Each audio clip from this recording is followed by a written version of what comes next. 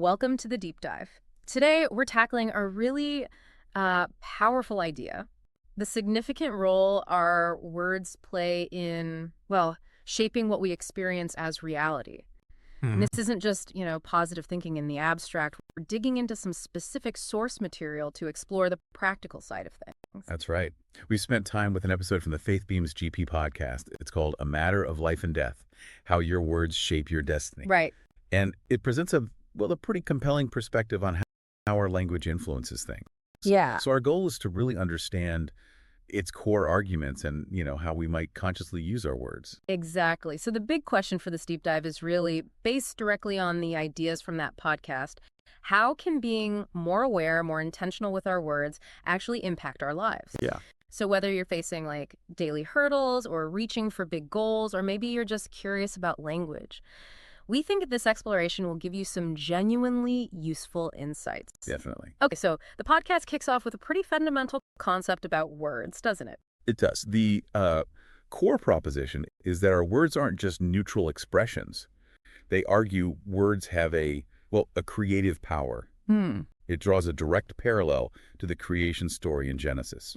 Right, it references Genesis 1.3, and God said, "Let there be light," and there was light. That specific verse, it uses this as a kind of foundational analogy. What was your initial take on that connection? What's fascinating there is the direct link being made between, a divine act of creation through just speaking Huh. and our own potential. Okay. The podcast really emphasizes that since we're created in God's image, Genesis 1.26, we sort of inherit this capacity to bring things into being through what we say. So it's not presented as just metaphorical thinking. It's like a core principle in their view. Exactly. And the podcast doesn't really shy away from the implications, does it? It states pretty clearly that our words are constantly releasing either life or death, blessing or cursing, breakthrough or bondage. Yeah, no neutral ground. No neutral ground at all in this view. It makes you think about the kind of weight of what we actually say day to day. It really does. It totally reframes everyday conversations, doesn't it? Yeah. As acts with tangible outcomes. Yeah. And that idea that there's no in-between, it forces you to consider the potential impact of even, seemingly casual remarks. Mm-hmm. It definitely raises the stakes of our daily communication. And then they introduce this really vivid idea, words as seeds. Every word we speak is like planting something that will eventually grow and, produce a harvest in our lives. It even prompts you, the listener, to really consider the kind of harvest you might be cultivating right now just through your current speech pattern. It's a powerful image. It is. It shifts the focus, doesn't it? Yeah. From just reacting to whatever's happening to us Right. to actively shaping our future through what we say, Yeah. or verbal expressions. Yeah. It makes you wonder about the sort of unseen influence of our daily language. Yeah. And this naturally leads into the next concept they explore, the law of confession. Okay, the law of confession. Now, this was a term that might be new to some folks, maybe in this specific context. But the underlying idea felt, well, somewhat familiar. The podcast quotes Mark 11.23. Right. Truly, I tell you, if anyone says to this mountain, "Go, throw yourself into the sea," and does not doubt in their heart, but believes that what they say will happen, it will be done for them. What stood out to you there? The emphasis on the verb say, it's so critical in their explanation. Right. The podcast specifically highlights that inner belief. Well, totally necessary. Yeah, you need the belief. Absolutely. But it needs to be expressed outwardly through spoken words. It's not just about hoping or wishing for something. There's this requirement for a verbal declaration of that belief. Yeah. You could have all the conviction in the world, but according to this principle, it needs to be voiced, spoken out. The analogy they used really clicked for me on this one. Oh, yeah. Which one? They compared having faith without speaking it out to having a loaded gun without a trigger. Ah, right. That one. You've got the potential power all loaded up, but without that specific act of speaking, the trigger pull, it just stays there, dormant. Exactly. The podcast argues that aligning our spoken words with our deepest beliefs is the mechanism. That's what actually releases that potential energy. Okay. And it takes it even a step further. It draws a direct connection between controlling our tongue and controlling our destiny. Wow. It's a pretty strong assertion about the power we hold just in our mouths. It is, and it ties in really nicely with their next point, which is about consciously choosing the promise, the desired outcome, over just focusing on the problem itself.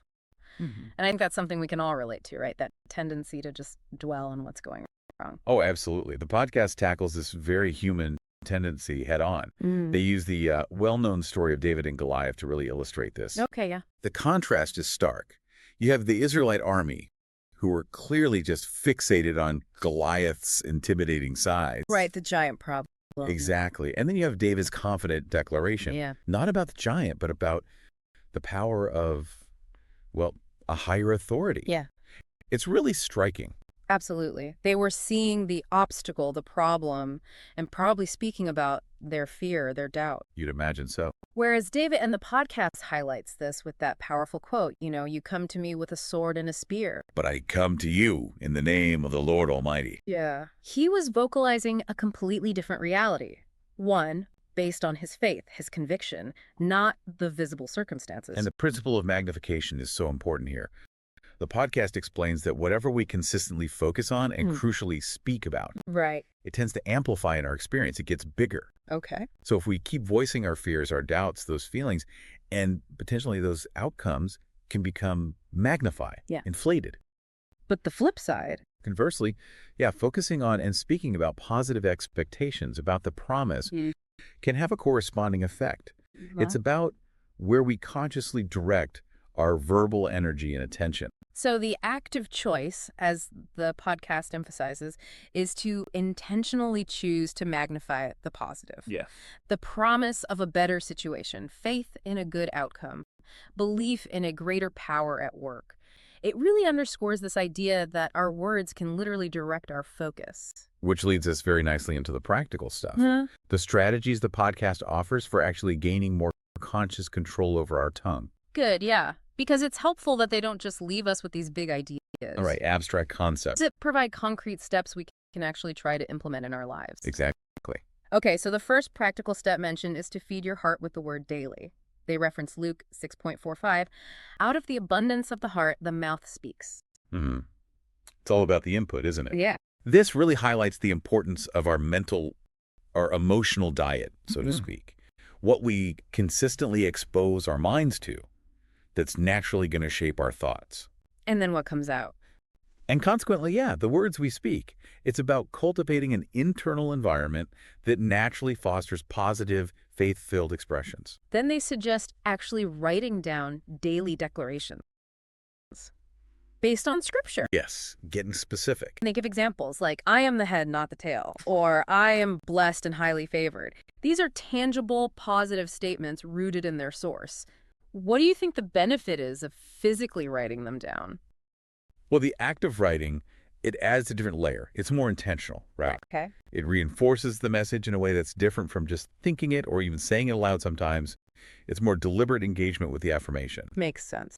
Making it more likely to stick in our minds and influence our subsequent thoughts and words. Another really straightforward suggestion, but maybe harder to do in the moment, is to simply pause just for a moment before speaking. And ask yourself, is what I'm about to say lining up with the positive outcomes I desire? Or, with God's promises as they frame it? That's a great filter. Yeah, a real-time filter. It encourages a much more mindful approach to communication, doesn't it?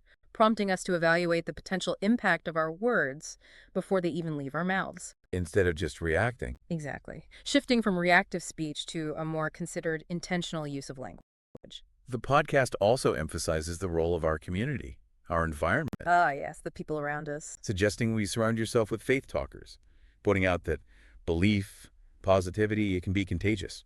That makes a lot of sense.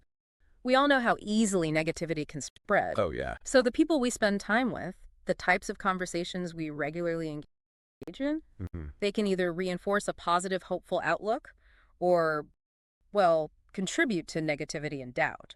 It highlights the power of social influence on how we talk, for sure. No. And finally, they advise us to correct yourself immediately. Catch it quick. Yeah, if you happen to speak doubt or negativity, maybe out of habit, consciously counteract it right away with a declaration of faith or a positive affirmation. It seems like a really practical way to start retraining those verbal reflexes, like building a new muscle. Yeah. It's about actively interrupting those negative patterns of speech, the old habits, and consciously replacing them with positive affirmations. And that consistent practice, that self-correction, can help rewire our habitual verbal responses over time. The podcast even shares a sort of daily affirmation to carry with you. It's quite concise. What was that one? My words build, not break. My words heal, not harm. My words open doors, not close them. Oh, that's good. That's memorable. Yeah, really sums it up. It really does encapsulate the core principles they've been discussing, doesn't it? It provides a memorable and actionable mantra for more intentional, more constructive communication. So as we wrap up this deep dive, it's pretty clear that the Faith Beams GP podcast presents a very compelling perspective, this potential for consciously using our words to actually shape our lives. It really emphasizes this idea that our future isn't necessarily just, fixed or random, You're right. but rather something that's deeply connected to our daily declarations, the language we consistently use. That idea they floated, breakthrough is voice-activated. Yeah, that phrase sticks. It's quite thought-provoking, isn't it?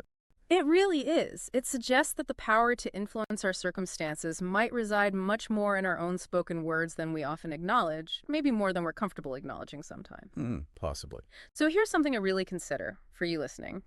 Thinking about this whole deep dive about the power locked up in our words. What specific area of your life? Yeah, make it personal. Exactly. Maybe it's your relationships, your marriage, your kids. Maybe it's your health, your business, your dreams. What specific area will you consciously choose to speak life and positivity over, starting right now? It's an active choice. It really seems like, based on this source, we've all been given a powerful tool to work with. The question is, will we use it intentionally?